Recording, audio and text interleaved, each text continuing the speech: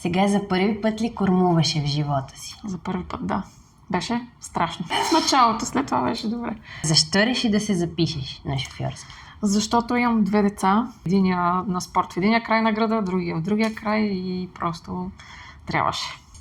Лесно ли ти беше обучението? Очудващо за мен беше лесно, да.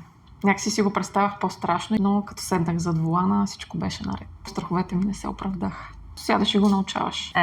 Хареса ли ти да кормуваш из центъра на София? Научих се как да гледам на 10 посоки едновременно.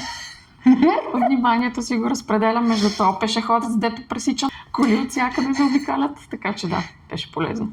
Къде ми хареса? На паркинга. Беше най-хубаво. В началото за първ път сядам зад волана и Дани ще ми показва всичко кое къде е. И 2-3 дена караме първо там да се упражняваме и накрая Дани ми казва, на следващия ден да знаеш, излизаме на улицата.